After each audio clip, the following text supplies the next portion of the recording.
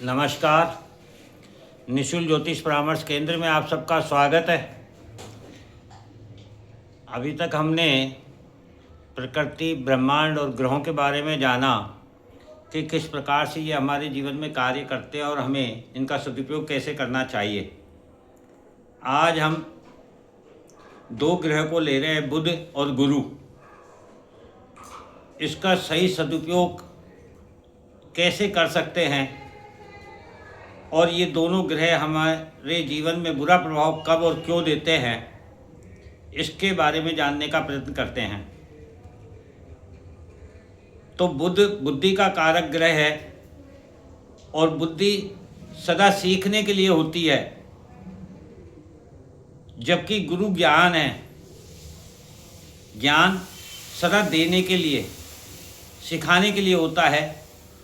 नाम से ही स्पष्ट है, गुरु अर्थात शिक्षक।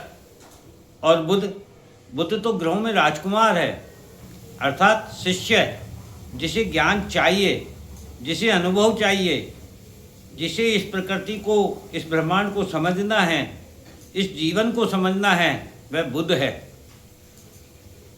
यहाँ पर समझने वाली बात यह भी है कि बुध को दो राशियाँ प्राप्त है। एक 3 नंबर मिथुन राशि,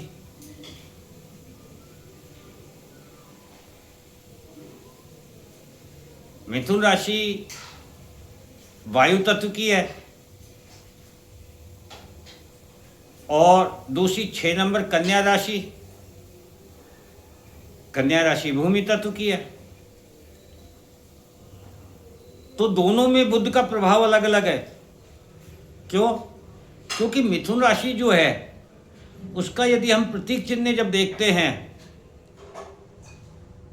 और तत्व देखते हैं तो वह वायु तत्व है, और प्रतीक चिन्ह है एक पुरुष और एक स्त्री, अर्थात दो अपोजिट वस्तुएं, अपोजिट सेक्स, अपोजिट व्यक्ति,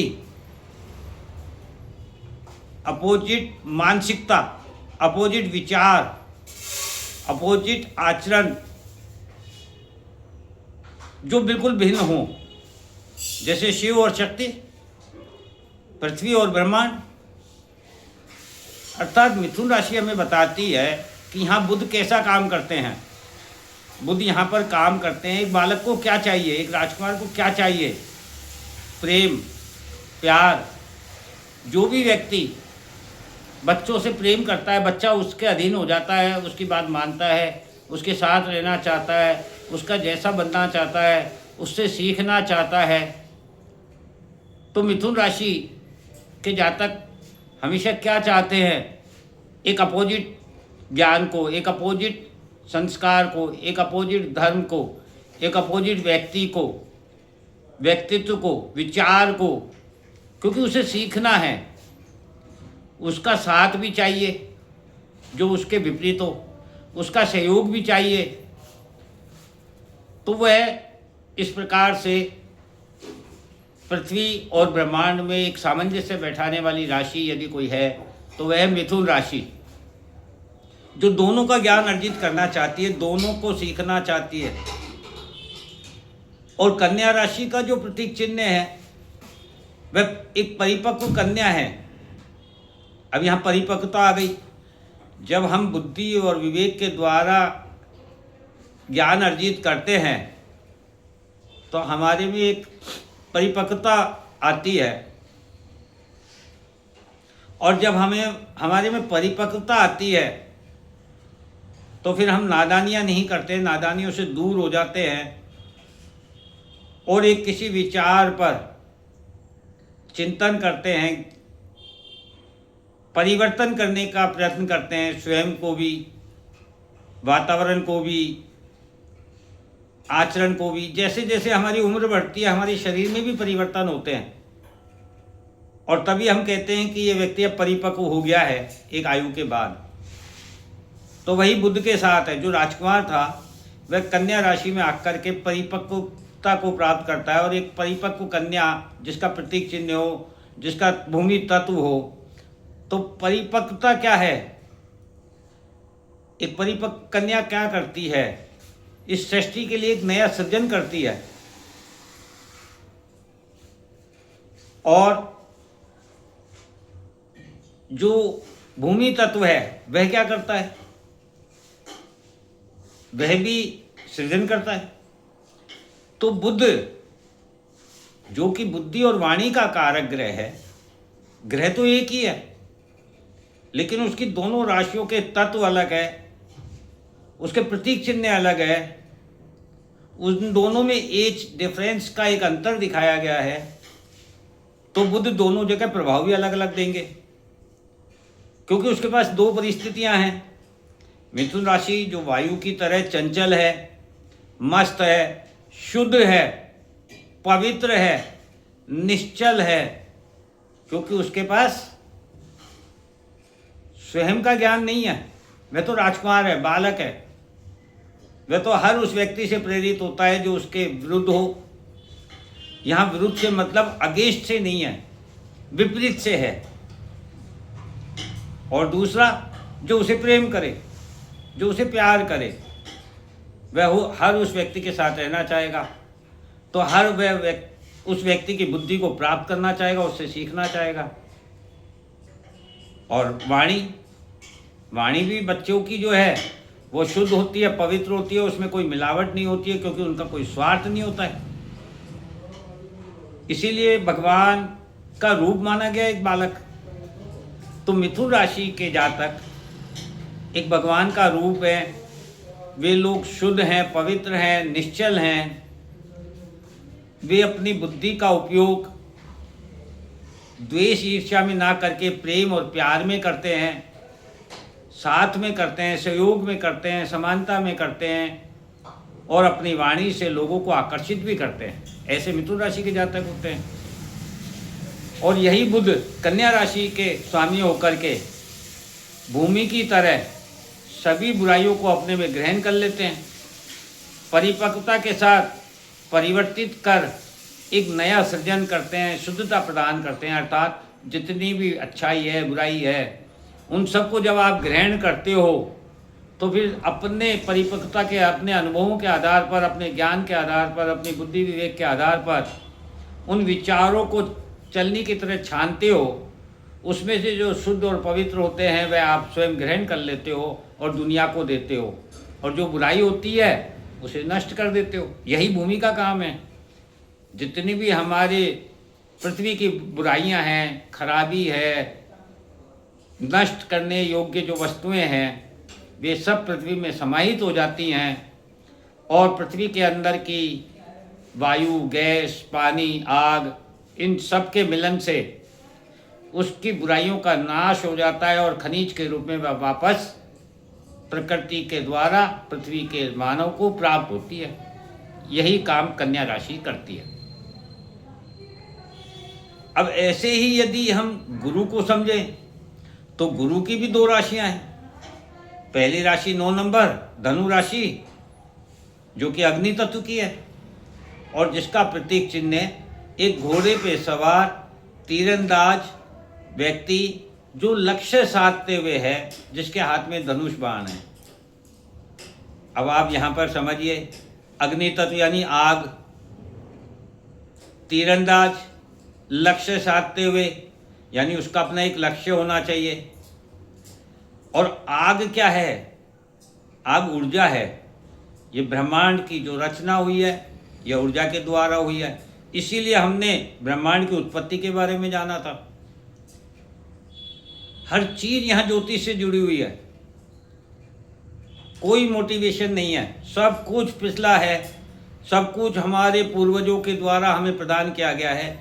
हम सिर्फ उसका अध्ययन करते हैं और उसे आप लोगों में साझा करते हैं।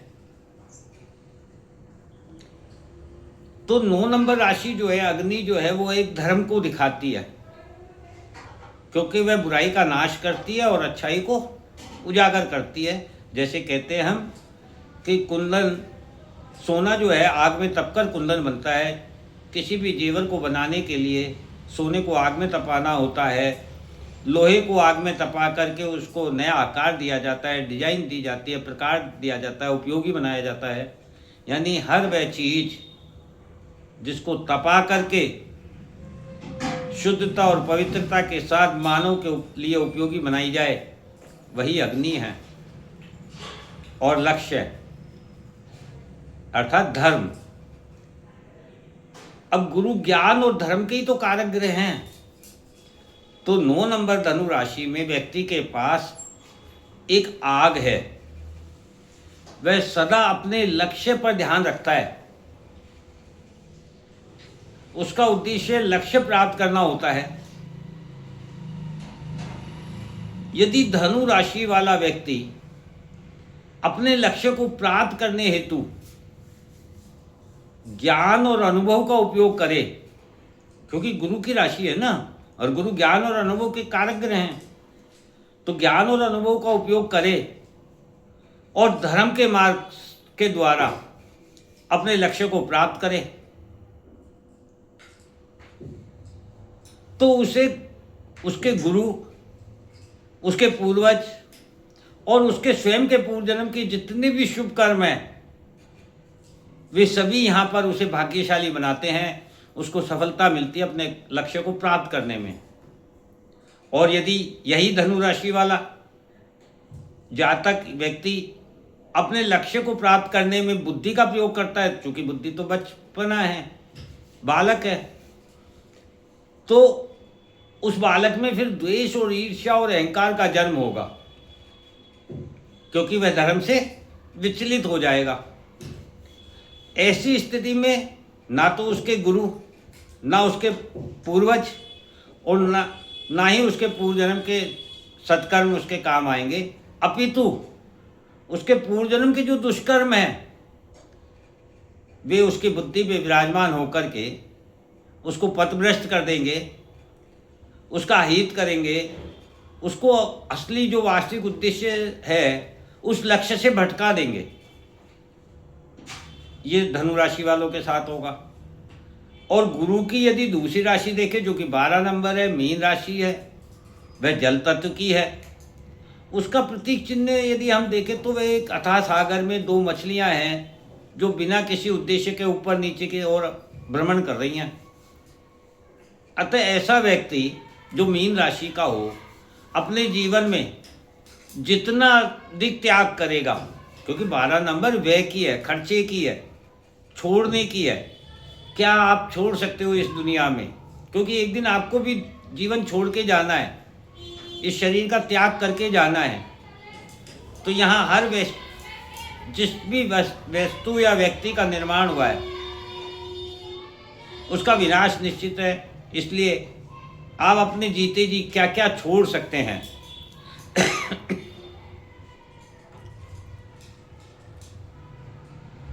तो मीन राशि वाला व्यक्ति अपने जीवन में जितना अधिक त्याग करेगा उतना अधिक प्राप्त करेगा, और जितना अधिक पाने की सोचेगा उतनी अधिक चिंताओं से ग्रस्त होगा। जैसे 2 मछलियां ऊपर नीचे बिना किसी उद्देश्य के भ्रमण कर रही है, तो ये एक चिंता का विषय है, क्योंकि उनके पास कोई लक्ष्य नहीं है, कोई मंजिल नहीं है। तो ऐसे व्यक्ति के पास रास्ते तो बहुत होंगे क्योंकि अथाह सागर है, किंतु मंजिल नहीं होगी। किस व्यक्ति के पास? जो पाना चाहता है और जो छोड़ना चाहता है, जो त्याग करना चाहता है, उसके लिए तो सबसे बड़ी मंजिल त्याग करना ही है। तो उसके कर्म उद्देश्यहीन होंगे।